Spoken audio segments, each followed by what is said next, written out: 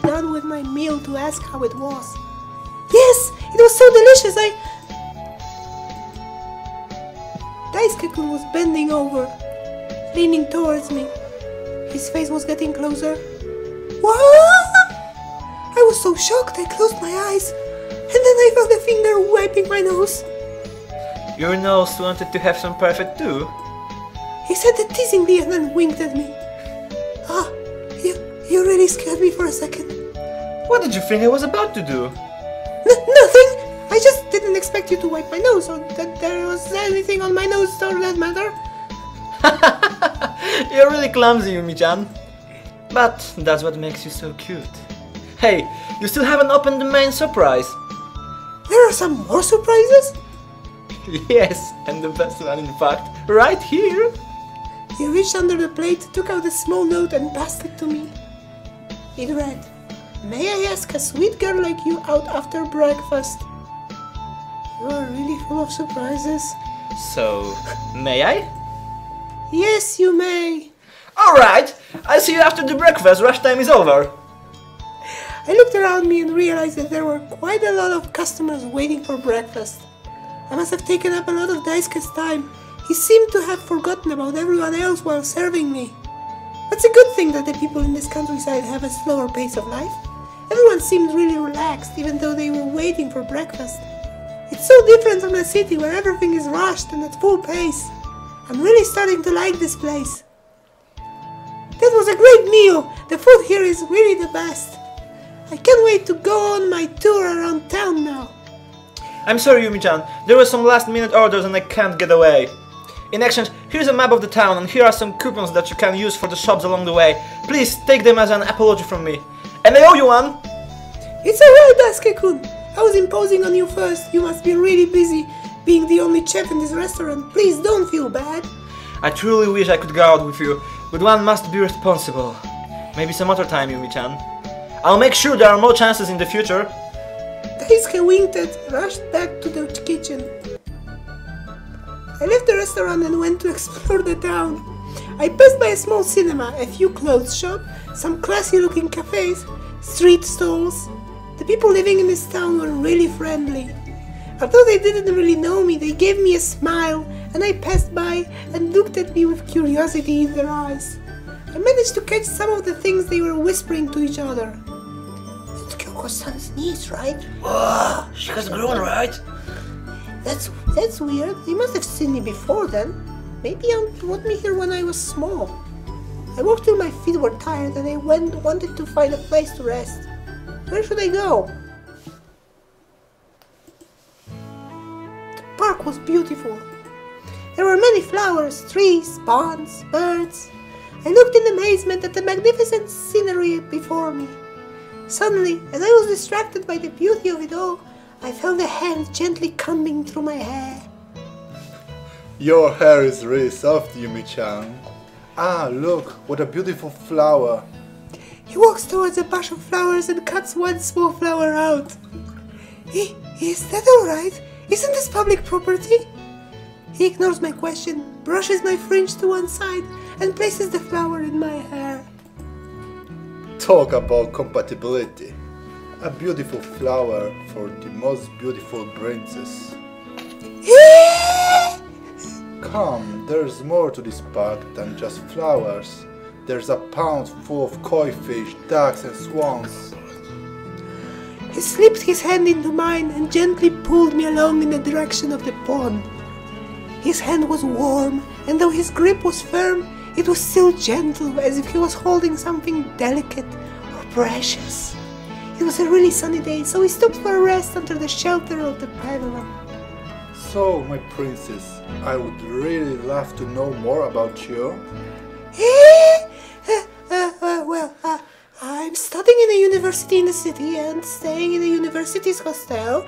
My life is usually full of college activities, work, projects. Nothing too interesting to talk about, really. I blushed. His question was so sudden. I couldn't think of any interesting reply and just answered honestly. Well, I think that's interesting enough. It must be real fun to go to university. He seemed deep in thought. You didn't go to university, Kenichi-kun? He looked like he was about to say something, and then paused, and sighed. Oh no! Did I say something wrong? My parents were involved in an accident when I was still in high school. At that time, Daisuke was in middle school and Hikaru was in elementary. We didn't have any close relatives to take care of us. It was aunt, your aunt, who always came over to make sure we were alright. But times were going to be difficult and going to university was the last thing on my mind. I just wanted Daisuke and Hikaru to grow up happily. Your aunt tried to persuade me to concentrate on my studies and that she would take care of us. But I couldn't bring myself to trouble your aunt. Your aunt wasn't even married yet. I couldn't leave my brothers behind either. After our parents had left us, I felt that I needed them a lot more closer to me. Many people were pressing us to sell away our parents' restaurant, because it would give us some funds to survive through the part of our lives before we found work. But Daisuke, Hikaru and I just couldn't. There were too many memories of our parents in that place. A soft smile appeared across Kenichi's face. Dad was the chef and Mom was the waitress. We would help out after school every day. There were many funny incidents. A tear formed in the corner of his eye, but he quickly blinked it away. But I still really love this town, even with unhappy things that happened. They make the happy things seem like a lot more happier, because you have something to contrast them against. Anyway, Yumi-chan, I really hope that you will have a great vacation and many good memories to bring back home. I will definitely remember you. I hope you would remember me too. Sorry? What did you say? Nothing, just a little sad that you are here to stay for only a short while. I've got an idea. How about coming over to my house on Saturday? I'll prepare a surprise that will definitely make you stay a memorable one. Come over to your house? Yup, it's not too inconvenient, isn't it? We're next door neighbors. Sure. How can I say no to a surprise from Kenichi-kun? Alright, thanks Yumi-chan. I'll see you on Saturday. Wow. Is this Kenichi-kun's house? It sure does look nice. Everything is so traditional. Their house and the restaurant. I heard some voices coming from the living room. It sounded like Kenichi and Daisuke-kun. I was about to go over when... Why can't you spend more time? Why can't you spend more time in the restaurant instead of spending time with them? They are important to me, they love me, they need me. I won't interfere into your private life, but you don't seem to be as concerned with the restaurant as I am, and that kind of ticks me off. It's our family's restaurant, Mom and Dad's. Yes, I know, but I promised them I will spend time with them. Girls are always needy, huh? Girls? Well, I just can't leave them alone, they really like me. One of them even said she wants to marry me. Marry?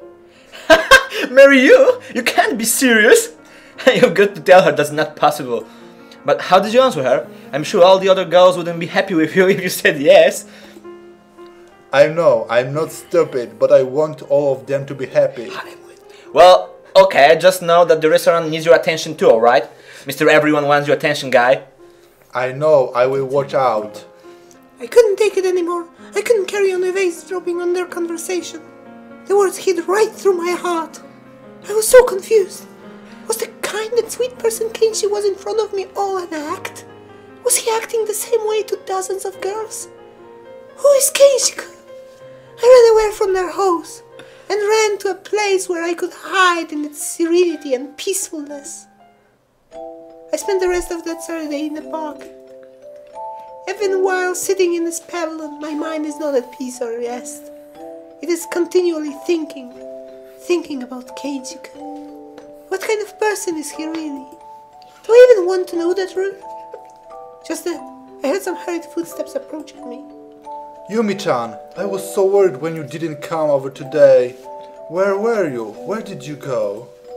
I raised my head to look at him and warm tears started to flow down my cheeks involuntarily. I didn't know why I was crying. Somehow, I must have started to like Kenichi. Yumi-chan, why are you crying? He reached out his hand and wiped the tears off my cheeks. Then he placed his hands over my head and back and pulled me to himself. What's wrong, Yumi-chan? You can talk to me. If I can do anything for you,